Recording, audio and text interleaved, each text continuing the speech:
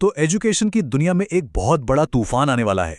बात हो रही है 2026-27 एकेडमिक सेशन की, जहां सीबीएसई क्लास 9 का सिलेबस पूरी तरह से मतलब ए टू जेड बदलने जा रहा है। और ये कोई छोटा मोटा अपडेट नहीं है, ये एक पूरा ओवरहॉल है। तो सबसे बड़ा सवाल जो सबके दिमाग में है, क्या इसका मतलब ये है कि पुरानी किताबें अब रद्दी हो गई हैं? ये सवाल स्टूडेंट्स और पेरेंट्स दोनों को परेशान कर रहा है। और इसका सीधा सा साफ साफ जवाब है हाँ, काफी हद तक अब वो उतनी काम की नहीं रही। तो चलिए इस पूरे बदलाव को डिकोड करते हैं। हम बात करेंगे कि क्लास 9 अब कैसा दिखेगा, इन चेंजेस के पीछे का बिग आइडिया क्या है। फिर सब्जेक्ट बाय सब्जेक्ट ब्रेकडाउन देखेंगे, एग्जाम्स और रिपोर्ट कार्ड्स में क्या नया है, और हाँ, सबसे जरूरी, इस नए सिस्टम में सक्सीड कैसे करना है। तो सबसे पहले एक चीज बिल्कुल साफ कर लेते हैं, ये कोई मामूली अपडेट नहीं है, बल्कि सिस्टम का एक फंडामेंटल रीस्ट्रक्चर है। एनसीईआरटी का जो ड्राफ्ट सिलेबस आया है ना, वो सिर्फ ये नहीं बदल रहा कि क्या पढ़ना है, बल्कि ये भी बदल रहा है कि कैसे पढ़ना है और मार्क्स कैसे मिलेंगे। यानी पूरा गेम ही बदल रहा है। वो जो एक ट्रेडिशन था ना कि सीनियर से सेकंड हैंड किताबें ले लो और काम चल जाएगा, अब शायद वो ट्रेडिशन ब्रेक होने वाला है। सिलेबस में इतने बड़े चेंजेस हैं कि पिछले साल की किताबें अब लार्जली इररेलेवेंट हो चुकी हैं। तो सवाल उठता है, आखिर इतना बड़ा बदलाव क्यों? इसके पीछे का मेन रीजन है नेशनल एजुकेशन पॉलिसी यानी एनईपी 2020। पूरा का पूरा सिस्टम उस पॉलिसी से अलाइन किया जा रहा है। अब ये एनईपी 2020 है क्या? सिंपल शब्दों में ये इंडिया के एजुकेशन सिस्टम को ओवरहॉल करने का एक ब्लूप्रिंट है। इसका पूरा फोकस रट्टाफिकेशन से हटकर होलिस्टिक, फ्लेक्सिबल और मल्टी डिसिप्लिनरी लर्निंग पर है। गोल ये है कि स्टूडेंट्स सिर्फ फैक्ट्स ना रटें, बल्कि उन्हें रियल लाइफ में यूज करने की स्किल्स सीखें। और यही है इस पूरे चेंज का कोर।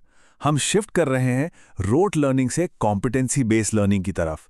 रोट लर्निंग मतलब बस याद करना, फॉर्मूला लगाना और फाइनल आंसर निकालना। लेकिन अब फोकस होगा एप्लीकेशन पर, क्रिटिकल थिंकिंग पर और ऐसी स्किल्स पर जो असल जिंदगी में काम आए। तो रट्टा मार सिस्टम को अब गुड बाय कहने का टाइम आ गया है। चलिए अब आते हैं सबसे इंटरेस्टिंग पार्ट पर। एक एक करके देखते हैं कि अलग अलग सब्जेक्ट्स में एग्जैक्टली क्या बदला है। साइंस से शुरू करते हैं। देखिए, फिजिक्स में चैप्टर्स 5 से घटकर 4 हो गए हैं। केमिस्ट्री में भी 4 से 3, लेकिन सरप्राइज, बायोलॉजी में 3 से बढ़कर 4 हो गए हैं। तो चैप्टर काउंट देकर धोखा मत खाना, असल खेल कंटेंट की डेप्थ में है।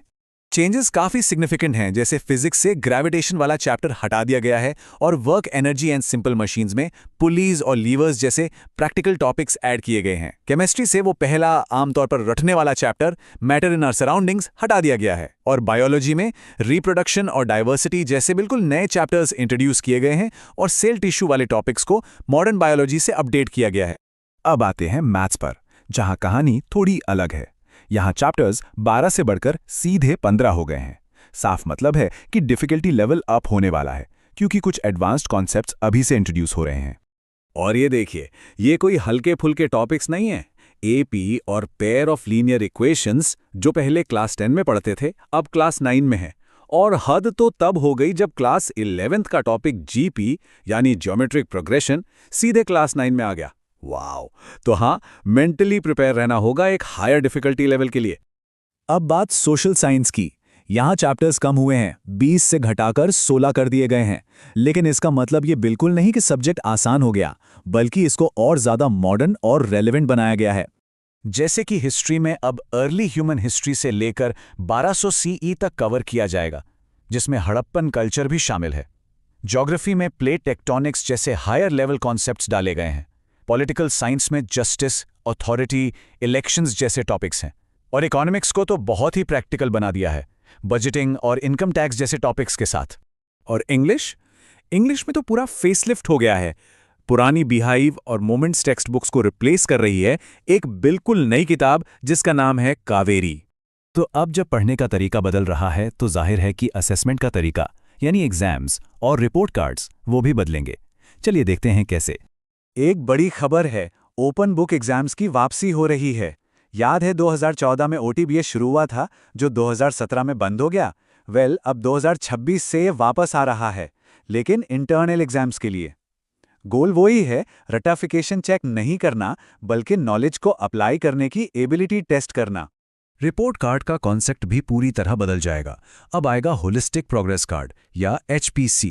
इसमें सिर्फ मार्क्स नहीं होंगे, इसमें कॉग्निटिव, फिजिकल, सोशल स्किल्स सब कुछ असेस होगा। और सबसे इंटरेस्टिंग, इसमें पीयर टू पीयर इवैल्यूएशन, यानी दोस्त एक दूसरे को इवैल्यूएट करेंगे और सेल्फ असेसमेंट भी होगा।